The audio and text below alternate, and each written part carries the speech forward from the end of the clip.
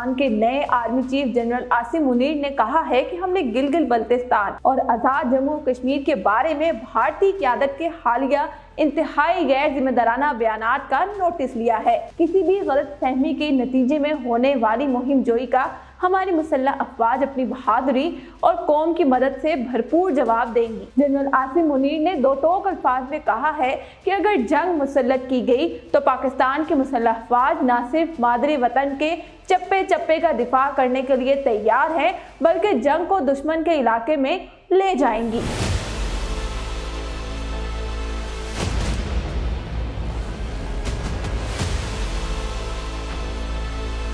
उन्होंने ये बात कंट्रोल लाइन के रेक्टिफिकेशन सेक्टर में अगले मोर्चों के दौरे के मौके पर कही, जहां इन्हें कंट्रोल लाइन की ताज़ा तरीन सूरत-ए-हाल और फॉर्मेशन की ऑपरेशनल तैयारियों के बारे में आगाह किया गया।